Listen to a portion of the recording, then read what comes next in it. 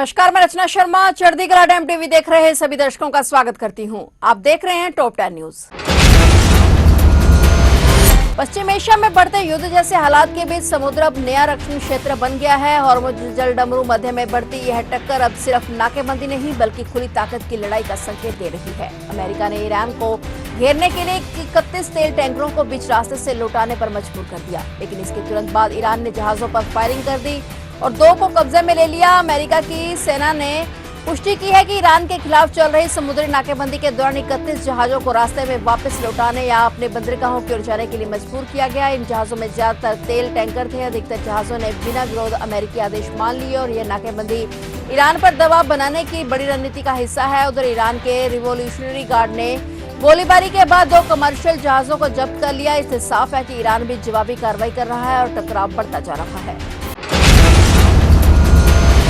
America और Iran के बीच जारी तनाव से ग्लोबल सप्लाई चेन ठप हो गई है और इसका असर पड़ोसी देशों के साथ दूसरे देशों में भी देखा जा रहा है। जंग का असर केवल ऑयल और गैस प्राइसिंग तक ही सीमित नहीं है। इस दौरान फर्टिलाइजर के आयात पर भी समस्या आ रही है और भारत दुनिया का सबसे बड़ा यूरिया आयातक देश है। अब सरकार record 25 lakh metric tonne urea आयात करने जा रही है। हैरान करने वाली बात यह है कि 2 महीने पहले जिस दाम पर यूरिया खरीदा गया था उसका करीब 2 गुना दाम अब चुकाना पड़ रहा है। ईरान में चल रहे संघर्ष के कारण ग्लोबल सप्लाई प्रभावित होने से ऐसे हालात बन गए हैं। सरकारी सूत्रों के अनुसार इंडियन पोटाश लिमिटेड ने इस टेंडर में कुल 25 लाख टन यूरिया खरीदने का फैसला किया है। इसमें 15 लाख टन यूरिया पश्चिमी तट पर $935 प्रति टन के हिसाब से और 10 लाख टन पूर्वी तट पर $959 प्रति टन के हिसाब से खरीदा जाएगा।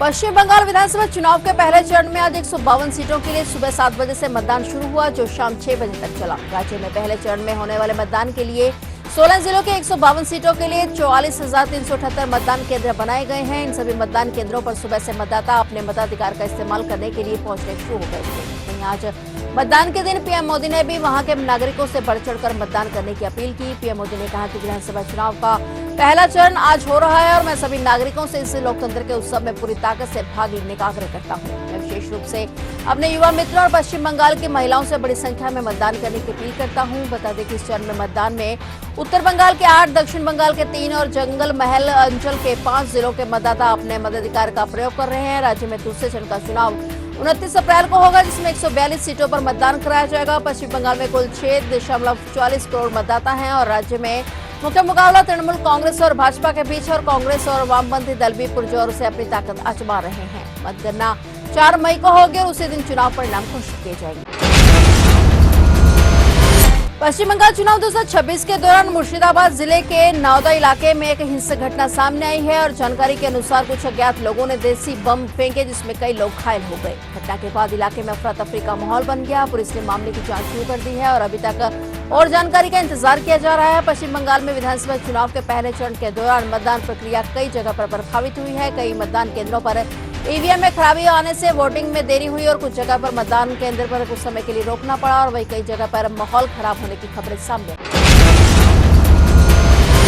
राष्ट्रीय जांच एजेंसी एनआईए ने दिल्ली हाईकोर्ट में बड़ा खुलासा किया है। एजेंसी का दावा है कि कश्मीर अलगाववादी नेता यासीन मलिक ने पाकिस्तान के प्रधानमंत्री और राष्ट्रपति सहित शीर्ष नेतृत्व से संपर्क बनाए रखा और इन संपर्कों का इस्तेमाल भारत से कश्मीर के अलगाव को बढ़ावा देने के लिए किया। एनआईए ने अपने हलफनामे में कहा कि आरोपी यासीन मलिक पाकिस्तान के शीर्ष नेतृत्व, जिसमें प्रधानमंत्री, राष्ट्रपति और पाकिस्तानी सीनेट के सीनेटर और सभी प्रांतों के मुख्यमंत्री शामिल हैं, के संपर्क में था और वह इन संपर्कों का उपयोग भारत के खिलाफ कहानियों को फैलाने और जम्मू कश्मीर में अलगाववादी एजेंडे को आगे बढ़ाने के लिए कर रहा था। एजेंसी का दावा है कि कश्मीरी अलगाववादी नेता यासीन मलिक ने पाकिस्तान के प्रधानमंत्री और राष्ट्रपति सहित शीर्ष नेतृत्व से संपर्क बनाए रखा और इन संपर्कों का इस्तेमाल भारत से कश्मीर के अलगाव को बढ़ावा देने के लिए किया गया। एनआईए के अनुसार मलिक द्वारा वरिष्ठ भारतीय राजनेताओं, नौकरशाहों, मीडिया कर्मियों और विदेशी प्रतिनिधियों के करीब होने के दावे केवल लोकप्रियता हासिल करने और जनता की सहानुभूति जुटाने के लिए हैं। एनआईए ने अदालत में दलील दी कि सिर्फ वरिष्ठ राजनेताओं और नौकरशाहों के नाम लेने से इस तथ्य से इनकार नहीं होता कि मलिक के लश्कर-ए-तैयबा के हाफिज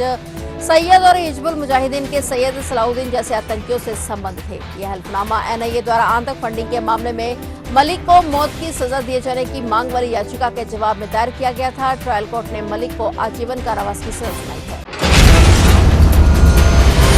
प्रधानमंत्री नरेंद्र मोदी ने उत्तर प्रदेश के मिर्जापुर जिले में हुए सड़क हादसे में लोगों की मौत पर आज गुरुवार को शोक व्यक्त किया और मृतकों के परिजनों को 2-2 लाख रुपए और घायलों को 50,000 रुपए की अनुग्रह राशि देने की घोषणा की। मिली जानकारी के मुताबिक मिर्जापुर में एक ट्रक के ब्रेक फेल होने के कारण हुई इस दुर्घटना में बच्चों सहित 11 लोगों की मौत हो गई। प्रधानमंत्री मोदी ने एक्स पर पोस्ट कर कहा कि उत्तर प्रदेश के मिर्जापुर में सड़क दुर्घटना में हुई जानमाल की हानि से मैं बेहद दुखी हूं। मेरी संवेदनाएं शोक संतप्त परिवारों के साथ हैं। मैं घायलों के शीघ्र स्वस्थ होने की प्रार्थना करता हूं। बताया जा रहा है कि प्रधानमंत्री ने यह भी घोषणा की है कि दुर्घटना में मारे गए प्रत्येक व्यक्ति के परिजन को प्रधानमंत्री राष्ट्र को राहत कोष से 2 लाख रुपए और घायलों को 50,000 रुपए की अनुग्रह राशि दी जाएगी। बता दें कि उत्तर प्रदेश के मिर्जापुर में ट्रक का ब्रेक फेल होने से 2 कारों और ट्रेलर आपस में टकरा गए और दुर्घटना में 11 लोगों की जान चली। मुख्यमंत्री आदित्यनाथ ने आज राप्ती इको पार्क में आयोजित कार्यक्रम में गोरखपुर नगर निगम क्षेत्र की 497 विकास परियोजनाओं का लोकार्पण और शिलान्यास किया। करीब 1055 करोड़ की लागत वाली इन परियोजनाओं में नौसर्ग मलोनी सड़क मार्ग, कूड़ा निस्तारण व्यवस्था से विकसित राप्ती इको पार्क, सड़क निर्माण, पेयजल, सीवरेज और जल निकासी से जुड़ी योजनाएं शामिल हैं। इसके साथ ही मुख्यमंत्री स्वच्छ स्कूल अभियान के पोस्टर और टूल किट का भी विमोचन किया गया। ये कार्यक्रम गोरखपुर में शहरी आधारभूत ढांचे को मजबूत करने और स्वच्छता और विकास को नई गति देने की दिशा में अहम माना जा रहा है। राजधानी दिल्ली में महापौर पद के चुनाव होने वाले हैं, जिसे लेकर भाजपा ने मजबूत तैयारी की है। भाजपा ने सस्पेंस खत्म करते हुए अपने उम्मीदवारों के नाम की घोषणा कर दी है। भाजपा ने दिल्ली नगर निगम में महापौर, उप महापौर और स्थायी समिति के 2 सदस्यों के चुनाव के लिए अपने उम्मीदवारों की घोषणा कर दी है। जारी सूची के मुताबिक महापौर पद के लिए रोहिणी ई वार्ड 53 से पार्षद प्रवेश वाही को उम्मीदवार बनाया गया है। वहीं उप महापौर पद के लिए आनंद विहार वार्ड 206 से पार्षद मोनिका पंत को मैदान में उतारा गया है और इसके अलावा स्थायी समिति सदस्य और नेता सदन के लिए बेगमपुर वार्ड 27 से जय भगवान यादव को उम्मीदवार घोषित किया गया है। स्थायी समिति के दूसरे सदस्य के रूप में पहाड़गंज वार्ड नंबर 82 से मनीष चड्डा को मौका दिया गया है।